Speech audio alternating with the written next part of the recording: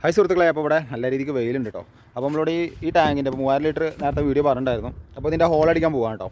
അപ്പോൾ ഹോൾ അടിക്കുമ്പോൾ ഇപ്പോൾ ഇത് നമ്മൾ ഹോൾ അടിക്കാൻ വേണ്ടിയിട്ട് കമ്പനി കൊടുക്കുന്ന ഒരു സ്പേസ് ഉണ്ട്, ഈ കാണുന്ന സ്പേസ് കണ്ടോ.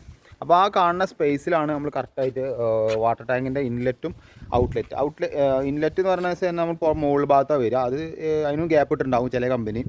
അപ്പോൾ ആ സ്ഥലങ്ങളിൽ തന്നെ നമുക്ക് ശരിക്കും പറഞ്ഞാൽ ഹോൾ അടിച്ചിട്ടാണ് അവിടെ തന്നെ ചെയ്യേണ്ടത് കേട്ടോ, കമ്പനി കൊടുക്കുന്ന ഭാഗത്ത്. അതാകുമ്പോൾ ഫ്ലാറ്റ് ഭാഗമായിരിക്കും. ഉദാഹരണത്തിന് നമ്മളിപ്പോൾ ഇവിടെ കൊടുക്കുന്നത് ഈ കാണുന്ന ഭാഗത്താണ്. ഇതിവിടെ ഇത്രയും ഫ്ലാറ്റാണ്. അപ്പോൾ ഇത് 3000 ലിറ്റർ പറഞ്ഞില്ലേ നേരത്തെ. അപ്പോൾ നമ്മൾ 1.5 കൊടുക്കുന്നത് കേട്ടോ.